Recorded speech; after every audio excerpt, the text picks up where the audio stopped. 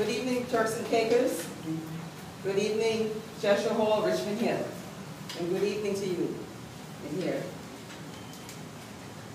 As the candidate for this upcoming by-election, I am here to tell you this evening, this by-election is not the time to take chances.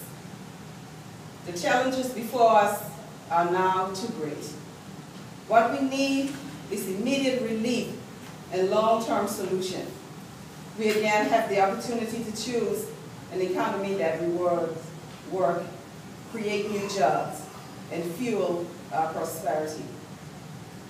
We again have the opportunity to choose to protect and preserve affordable quality health care for our families, better education for our children, and affordable energy for our future. We again have the opportunity to choose to have better paying jobs and have minimum wages changed to living wages that are based on the cost of living and inflation. That is, as the cost of living increases, wages should also increase. This should also include fair and equal payment of gratuity regulated by law. Now is not the time to be silent. Your voice must be heard. You must be a part of this change and exercise your constitutional right and vote. Come out and vote. I have a work to do, and my vision for our constituency is to continue to build on the foundation that has already been started. Improve roads and drainage infrastructure in all areas of the constituency. Increase awareness and performance of the waste disposal and management system. Strengthen the skills and knowledge of our entrepreneurs through training and workshops, and provide safe and enriching the recreation for our youth and elderly through the development of facilities and programs like area parks and after-school programs and mentorship. Our social services must be re-energized to ensure our children are not going to school hungry and our women are not living in fear and suffering abuse, and our families are not living below the poverty line. So on March 22nd, take a stand. Vote for the progress and for our hard-working men and women to retire in comfort. Vote for the prosperity and financial independence, and for the small business owner to keep its doors open. Vote for the better education and higher learning, and for the young professional to return home to a rewarding job with a decent pay. Vote for readily available and quality health care for all. Vote for me. Vote for Amanda and the Progressive National Party. Stay the course, TCI, because health is on the way.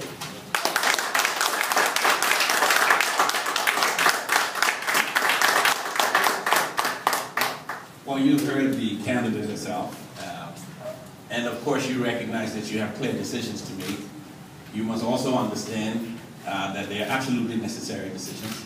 And so, having heard from members of the House of Assembly, we now present to you the Premier Honorable Dr. Rufus Ewing, who will not only tell you why you should support Amanda, but give you pretty much the score sheet as it has been saddled since November 9th. Let's applaud him.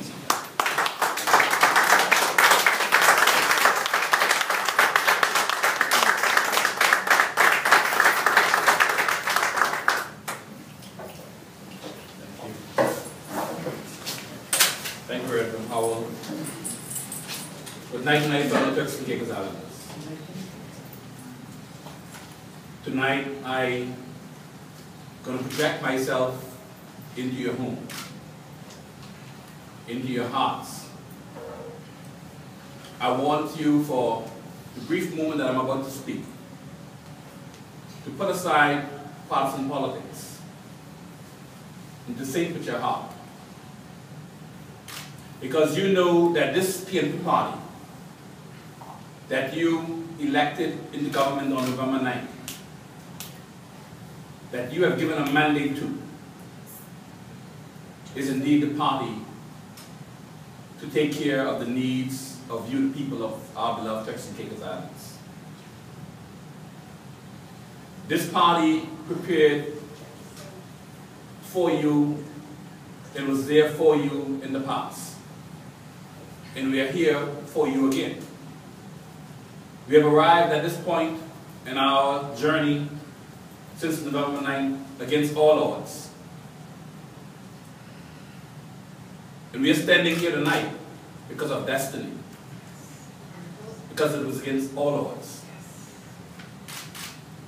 And again, we find ourselves with more challenges that resulted in the loss of one of our strong leaders in the constituency of Cheshire and Richmond Hill, that's Miss Amanda Missick.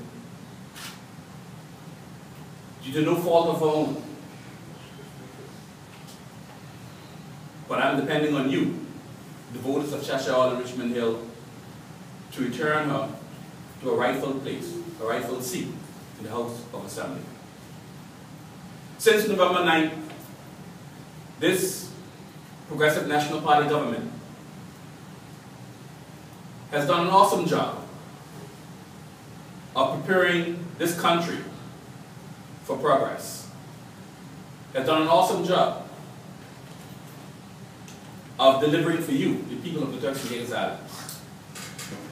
Again, against all odds. Because not only that we had to move forward full speed ahead and implement plans and policies, we also had to dismantle and continue to dismantle some of the policies that the former interim administration has implemented. Some of those very same policies that are hindering us here today and preventing us from moving full speed ahead. But nonetheless, as we have said many times, we know that this road will not be an easy road. It will be a rough road with obstacles in the way. And we campaigned on that. And you elected us because you know that we was indeed the best party to represent you, to remove all obstacles that may be in the way. And that is what we've been doing since November 9th, fighting for you. At this point in time, the economy, when we met it, it's still in a dire situation. But we have hope for the future of the Turks and Caicos Islands. And under the strong leadership of our Minister of Finance, Honorable Washington Missick, and the team of ministers you see here, including when we bring Amanda Missick back to the fold, and in collaboration with the private sector, and in you, the citizens of Turks and Caicos, the residents of Turks and Caicos, we will find solutions, and we already started to find solutions to revive our economy, grow government's revenue, and ensure that you, Turks and Caicos Islanders, are the beneficiaries of all development in this country, and you have the disposable income to take care of your basic needs. We have already resulted in lots of interest being expressed in Turks and Caicos, because people know that Turks and Caicos is indeed open for business. Despite some of the challenges that we are facing now, they are hopeful about Turks and Caicos as we are hopeful about Turks and Caicos. And so we are quite confident that this economy will grow. Jobs will be created. Our people will be the recipients of those jobs. We will be there to ensure that Turks and Caicos Islanders are the first to benefit from those jobs. Turks and Caicos Islanders who are willing, qualified, and able to do the job will be yours. My Minister of Immigration and Labor has already reached across the aisles in involving the persons from the other side in formulating our immigration policies and our labor policies. And we are quite confident that those policies will be to your interest, in your best interest. We will take a special look at what's going on within the civil service, because we know that even though we are not, as an elected government, responsible for the civil service, we are indeed the government. And we are going to hold the feet of the governor and the deputy governor, NPSC, and all of those who are responsible for the employment of Turks and Caicos Islanders, the employment into the civil service. We're going to hold their feet to the fire to ensure that Turks and Caicos Islanders get the opportunity that are available in the public service, and so that they can improve on their professional development. The Minister of Finance spoke earlier about small businesses. Again, this is something that we campaign on. That I don't necessarily want you to actually be the recipient of the honey or the recipient of the milk. I want you to own the cows and own the bees.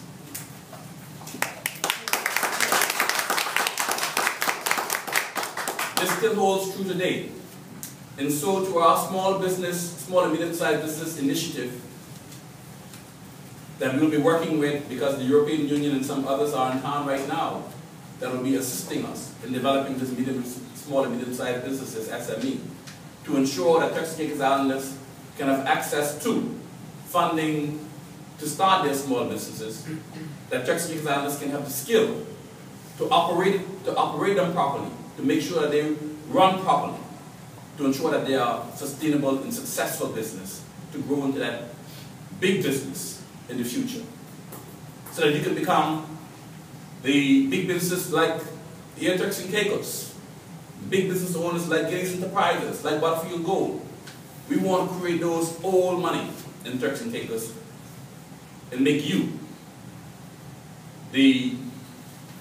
make us truly economically independent.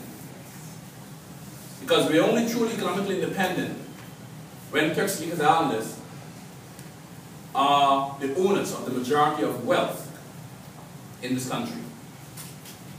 And so that's what we are committed to, that's what we've been working on.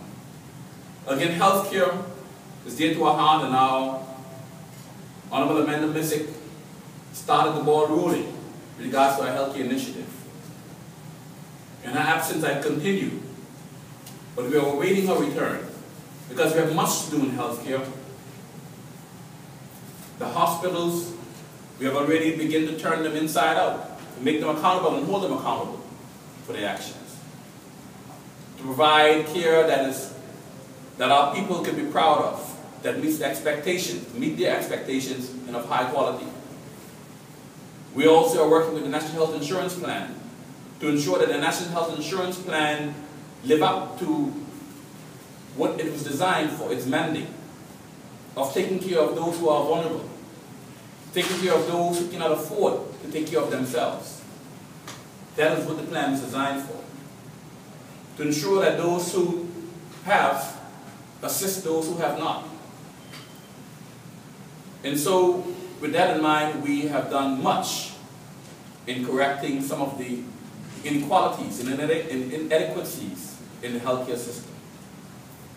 Our education, I think our Minister of Education is doing an awesome job.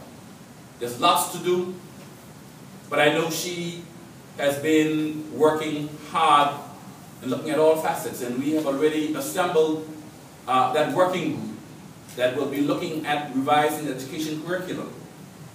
In Cabinet last week, we just passed in Cabinet the funding that's required to ensure that that working group is very successful, and the committee is very successful in their deliberations. We already have plans of building new high schools. We already have plans of looking at dealing in the short term with the situation with regards to the overcrowding in the Clement Howell High School. We already have plans of dealing with not only the community college, but lots of interest in the hospitality industry, the hospitality school.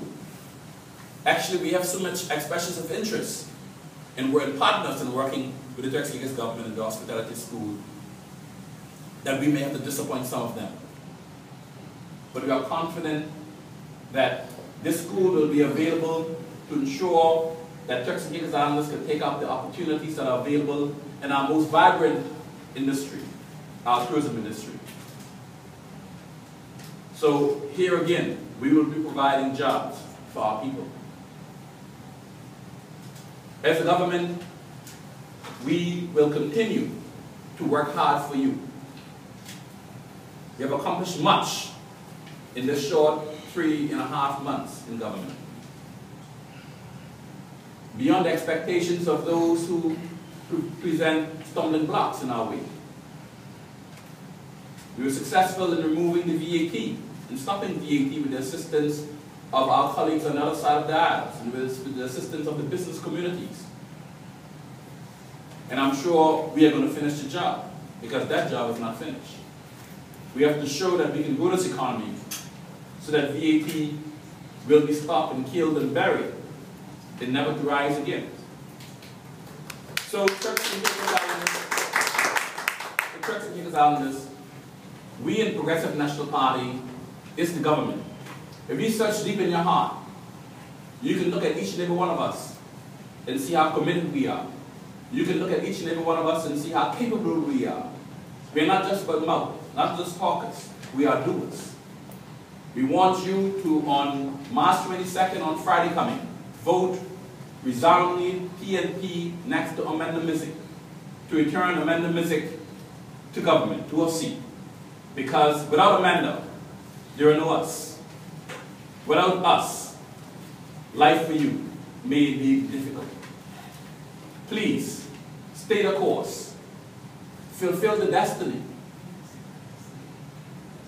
Fulfill the destiny. And you know who was the architect of destiny. Fulfill the destiny that has been designed. Vote amend the Missick, come out, vote your Progressive National Party back into government so that we can improve your lives, like we have been doing over the last 3.5 months. So I thank you, and I want you to stay the course.